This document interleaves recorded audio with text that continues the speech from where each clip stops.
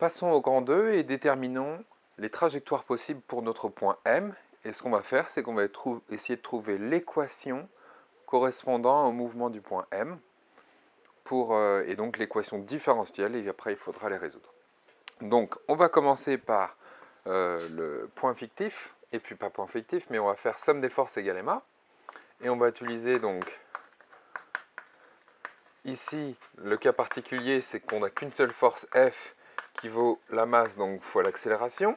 Ensuite, deuxième point, on a une force centrale F qui s'écrit sous la forme F qui vaut moins K sur R carré suivant UR.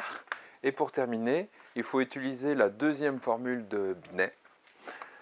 A, d'accord, A qui vaut moins, on ne vous demande pas de la connaître par cœur, on vous la donne, moins C carré U carré, dérivée seconde de U par rapport à θ, plus U, dirigé suivant UR, avec, bien sûr, U qui est un changement de variable, U qui vaut 1 sur R. En faisant ça, on va faire somme des forces égale MA. On va utiliser le premier, le deuxième donc, et le troisième. Si on fait somme des forces égale MA, on utilise ces trois-là, qu'est-ce que ça va donner? Ça va faire moins K sur R carré fois UR. Donc tout suivant UR, je vais le mettre là. Suivant UR.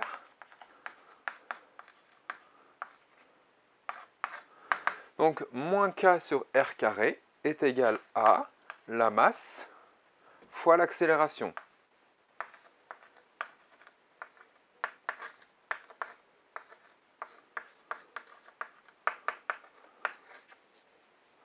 Donc, si on le voit tout de suite ici, le 1 sur R carré qui est ici, qu'est-ce que c'est le 1 sur R carré? Ce terme-là, eh bien c'est U carré. Et comme c'est U carré, les U carrés s'éliminent. Ensuite, les moins s'éliminent. Qu'est-ce qu'on pourrait faire d'autre? Bah, tout divisé par MC carré. Le MC carré, on le passe sous K. Donc là, c'est la dérivée seconde ici. Dérivée seconde. Et donc, pour terminer, je crois qu'il y a un encadré qui vous est proposé.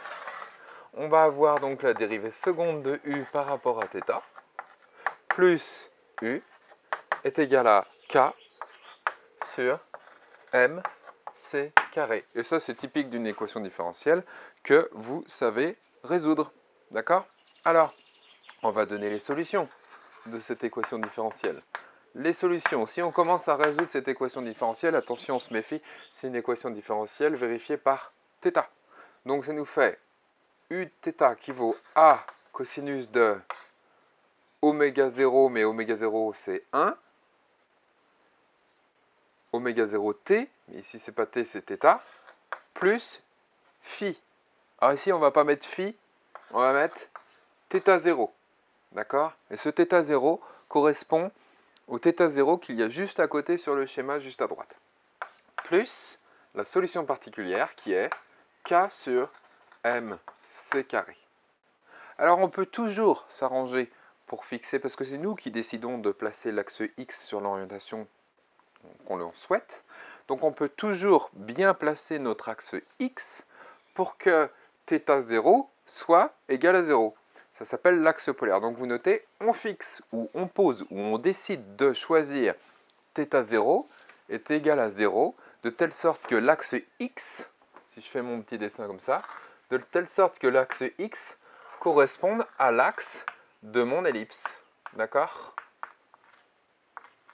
Et comme ça, j'ai l'angle θi qui est ici, et j'ai toujours θ0 qui vaut 0. Dans ce cas-là, U de θ va pouvoir s'écrire A cosinus de θ plus K sur MC carré. Ce n'est pas terminé, parce que nous, ce n'est pas U qui nous intéresse, c'est plutôt R. Donc, on va lui faire demi-tour. Donc, ça veut dire que R vaut 1 sur K sur MC carré plus A cosinus θ.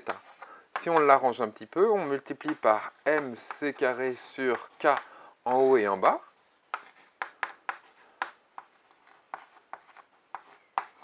Je fais exprès de le mettre comme ça, fois cosinus θ. Et là, on va poser des constantes. Première constante qu'on va poser, cette constante, ça sera P. P, on va l'appeler le paramètre.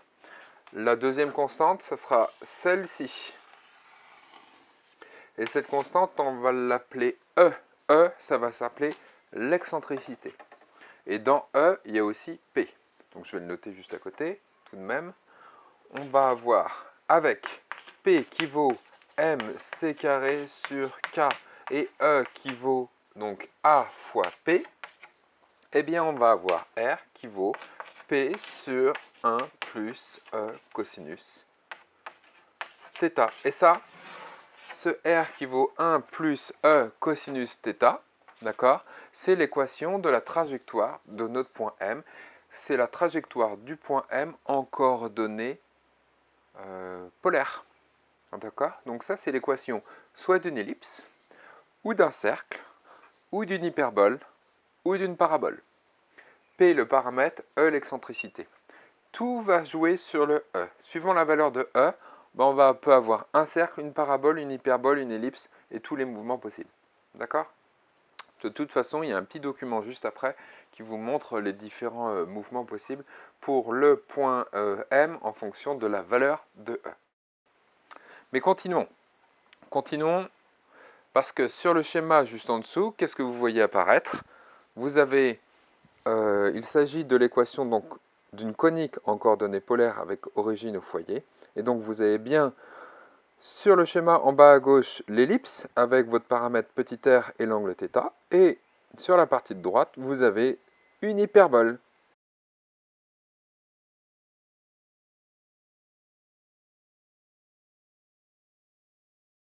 Le grand 3 est le cas particulier où nous sommes dans une attraction, c'est-à-dire où grand K est positif. Alors, après quelques calculs et démonstrations, on peut montrer la formule suivante, que l'énergie mécanique est égale à K sur 2P fois E carré moins 1. D'accord? Donc ça, c'est une formule qui sera valable, mais attention, seulement dans le cas d'une attraction, où K est positif. Vous n'allez pas l'utiliser dans le cas d'une répulsion où K est négatif. Donc on a cette situation et on possède l'énergie mécanique. On va regarder juste en dessous les différentes possibilités de mouvement. Si, premier point, c'est si l'énergie mécanique est strictement positive. Qu'est-ce qui va se passer si l'énergie mécanique est positive? Eh bien, obligatoirement, E est plus grand que 1. Et quand on avait dit que E était plus grand que 1, on avait affaire à une hyperbole. À une hyperbole avec un paramètre R qui pouvait varier de plus l'infini, arriver jusqu'à R1 mini, puis repartir jusqu'à plus l'infini, d'où ce qui était noté état de diffusion. Deuxième cas, si l'énergie mécanique est égale à 0. Mais si l'énergie mécanique est égale à 0, la particularité, ça fait que E vaut 1. Et si E vaut 1, vous avez une parabole. Et c'est toujours un état de diffusion. Enfin, si l'énergie mécanique est négative, eh bien l'excentricité E sera plus petite que 1, compris entre 0 et 1, on va mettre comme ça, voilà. Et donc, soit vous avez une ellipse, ou, à la rigueur, un cercle, si l'excentricité vaut 1, vaut 0, pardon. Parce que si l'excentricité vaut 0, eh bien, vous avez un cercle parfait. Si l'excentricité est compris entre 0 et 1, 1 exclu, vous avez une ellipse, d'accord? Et ce sont des états qui sont liés. Donc ça, c'est une formule générale dans le cas d'une attraction. Dans le grand 4, c'est le cas où on a seulement une ellipse, d'accord? Et donc, c'est le grand 4, justement. Donc, on a affaire à une attraction, et on va s'intéresser, je pense, à l'énergie. Encore à l'énergie. L'énergie mécanique, on vient de voir, c'est égal à K sur 2P fois E carré moins 1. Mais ça, cette énergie mécanique, elle est valable dans le cas d'une attraction. Mais moi, je voudrais aller un peu plus loin. Je voudrais me mettre seulement dans le cas où il y a une ellipse. Dans le cas d'une ellipse, il y a des petites formules qu'on peut utiliser. Par exemple, A carré qui vaut B carré plus C carré. une autre petite formule, P, le paramètre de votre ellipse, il est égal à B carré sur A. Alors c'est vrai que je ne l'ai pas dit, mais A, c'est le demi-grand axe, B, c'est le demi-petit axe, comme sur le schéma, situé juste à côté. D'accord? L'excentricité E, par définition, c'est égal à C sur A. On va essayer d'utiliser tout ça, et puis on va essayer d'utiliser ou de simplifier surtout l'expression E carré moins 1 sur P. Alors qu'est-ce qu'on pourrait faire avec ça? E carré moins 1 sur P, ça sera égal à quoi? Ça nous fait, bon, on pourrait mettre C carré sur A carré, moins 1 sur P. Mais P, c'est B carré sur A. Alors ensuite, on pourrait mettre au même dénominateur, peut-être être malin. Donc ça fait C carré moins A carré sur A carré. Et en dessous, on aurait B carré sur A. Il y a un A qui simplifie. Le A qui est ici avec le carré qui est là. Mais ensuite, C carré moins A carré, C carré moins A carré, c'est égal à moins B carré. Donc ça fait moins B carré sur A, et en dessous, on a encore B carré. Les B carrés s'éliminent, et on tombe sur moins 1 sur A. Conclusion, on va pouvoir écrire dans le grand encadré là, qui est ici, c'est fait pour, avec la grande flèche, eh bien que l'énergie mécanique, dans le cas d'une ellipse et dans le cas d'une attraction, c'est égal à moins K sur 2A. Seulement dans le cas d'une ellipse et une attraction. Alors ensuite, dans le cas de la gravitation, parce qu'on peut essayer, dans le cas de la gravitation, qu'est-ce que ça va donner? Dans le cas de la gravitation, on a le coefficient grand K qui vaut Gm1, M2. Bon, bah c'est bien positif, c'est bien une attraction. Donc, l'énergie mécanique dans le cas d'une ellipse, ça fera moins Gm1, M2 sur 2A. A étant le demi-grand axe de l'ellipse qui vous intéresse.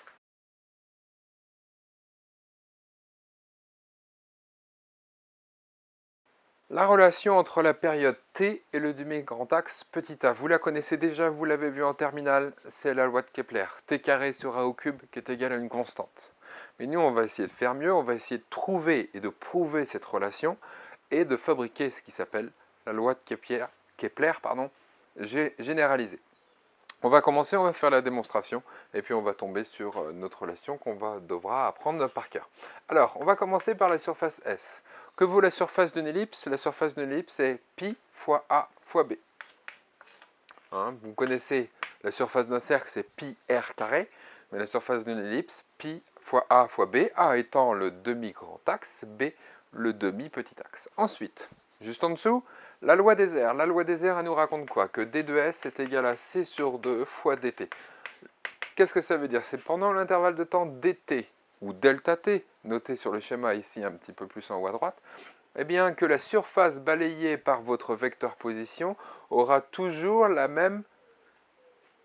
surface balayée sera toujours identique, si vous prenez le même intervalle de temps delta t.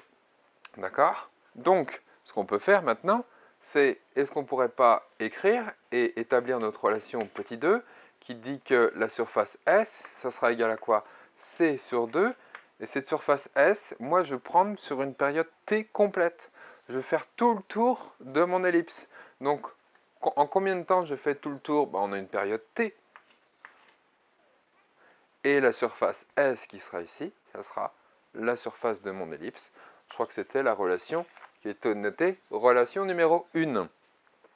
La durée t correspond, c'est ce qui est noté sur la feuille, la durée t correspond à une période, c'est-à-dire que le vecteur OM a balayé la surface totale de l'ellipse. Ensuite, d'après la relation sur les ellipses, on a une relation numéro 3 qui dit que P égale B carré sur A. Bon, on va essayer de l'utiliser. Et puis on va tout mettre ensemble pour essayer d'exprimer S carré. Alors, S carré, ça sera égal à quoi? Pi carré, A carré, B carré. Pi carré, A carré, B carré. Oui, mais B carré, c'est égal à quoi? B carré, c'est P fois A. Donc ça fait pi fois A au cube fois P. Et qu'est-ce qu'il y a dans P? C'est MC carré sur K. Donc ça fait pi A cube MC carré sur K.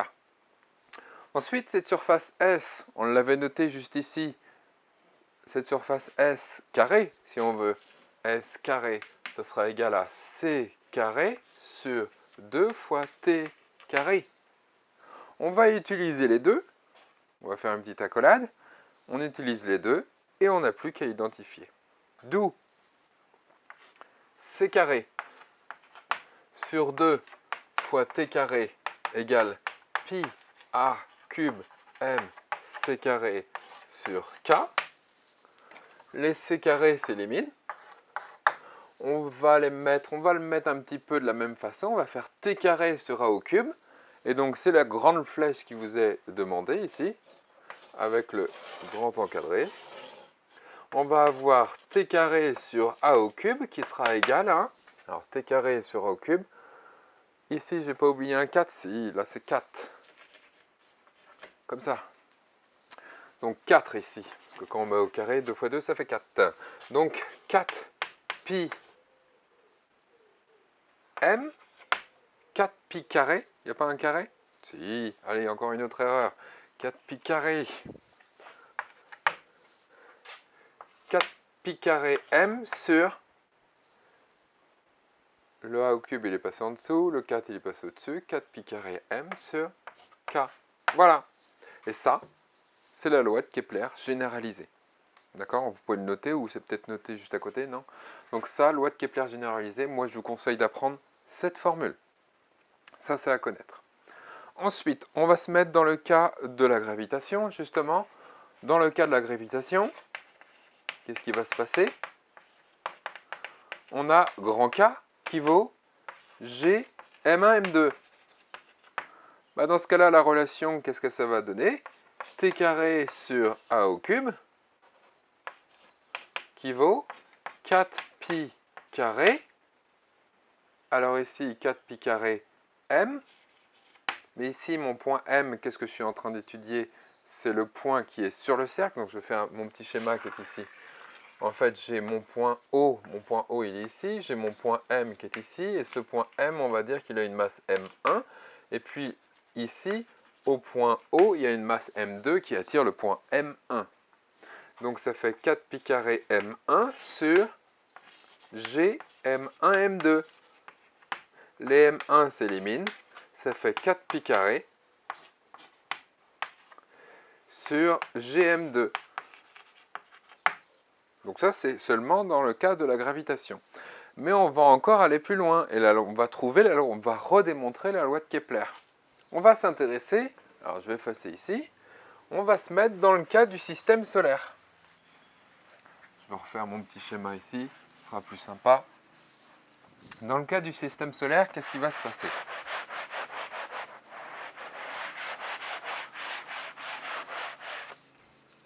Je refais mon schéma. Je prends le Soleil, je le mets au milieu. Je mets une première planète. Allez, bon, c'est plutôt une ellipse. On va dire ça, c'est Mercure. Vénus. Terre. Mars, etc. D'accord? Et on va réutiliser la relation. Qu'est-ce qu'il y a dans cette formule? Le M2, à quoi ça correspond? Le M2, ça correspond à la masse de mon objet qui est ici. Donc ici, dans notre cas, c'est la masse du Soleil. Donc, je crois que c'est noté pour ou loi de Kepler est dans le cas du système solaire. Dans le cas du système solaire, on va pouvoir réécrire que T carré sur A au cube est égal à 4 pi carré sur G fois la masse du Soleil. Et la particularité que c'est la masse du Soleil M2 qui est ici, c'est la même pour tout le monde. Donc, c'est égal à une constante. D'où T carré sur A au cube qui est égal à une constante. Et cette constante est valable pour toutes les planètes du système solaire, car la masse du Soleil prend toute la place dans la constante. Voilà, donc c'est ce qui est écrit sur votre feuille.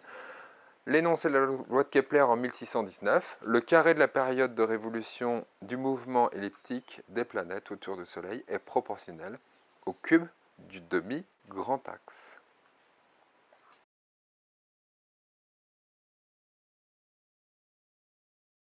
Pour un cercle, première chose à dire, que le rayon petit r sera égal à grand R. Et grand R, évidemment, c'est une constante. Ensuite, on va utiliser la constante de la loi des airs. La constante de la loi des airs, c'est C qui vaut R carré θ point. R carré θ point, on va utiliser les deux, puis on va essayer de combiner tout ça. C qui vaut R carré θ point, ça fait grand R carré θ point, ce qui implique quoi? Obligatoirement, que θ point, ben, ça sera égal à C sur R carré. C, c'est une constante, c'est la constante de la loi des airs. R carré, c'est une constante, c'est normal, c'est un cercle. Donc ça nous fait une constante. D'où θ point est égal à une constante, θ point étant la vitesse angulaire. Or, vous le savez, enfin j'espère, or sur un cercle, V c'est égal à grand R fois θ point. Et comme θ point est égal à une constante, eh bien la vitesse sera une constante. Donc la vitesse sur un cercle, obligatoirement, elle est fixe. Donc c'est pour ça qu'il y a la phrase qui est notée. Si le mouvement est à force centrale et circulaire, alors il est circulaire et uniforme. Le uniforme veut dire que la norme de la vitesse est égale à une constante. Attention, je n'ai pas dit le vecteur, j'ai dit la norme de la vitesse. Alors on va regarder maintenant pour les énergies potentielles. Je vais le faire là. L'énergie potentielle, c'est égal à moins K sur R. L'énergie cinétique, 1/2 de mv carré. Qu'est-ce qu'on pourrait noter à la place de moins K sur R? On pourrait noter moins K sur grand R. Or, on connaît aussi que l'énergie mécanique, c'est égal à moins K sur 2A. Ben, c'est normal parce qu'un cercle, c'est un cas particulier d'une ellipse où petit a égale grand R. Donc ça nous fait moins K sur 2 fois grand R. Conclusion, l'énergie cinétique qui est égale à 1/2 de mv carré, ça sera égal à l'énergie mécanique moins l'énergie potentielle. Résultat, K sur 2R. Heureusement que c'est positif. Et ça, c'est 1/2 de mv carré, l'énergie cinétique. On peut en ressortir V si on veut. V, ça nous fera les deux s'éliminent. On divise par M. Ça fait donc racine carrée de K sur MR. Voilà. Pour la vitesse, K sur MR. Puis K ici, dans le cas de la gravitation, bah, vous pouvez mettre ce que vous voulez. Vous pouvez mettre K qui vaut Gm1, M2 ou autre chose si vous avez une autre force du même style.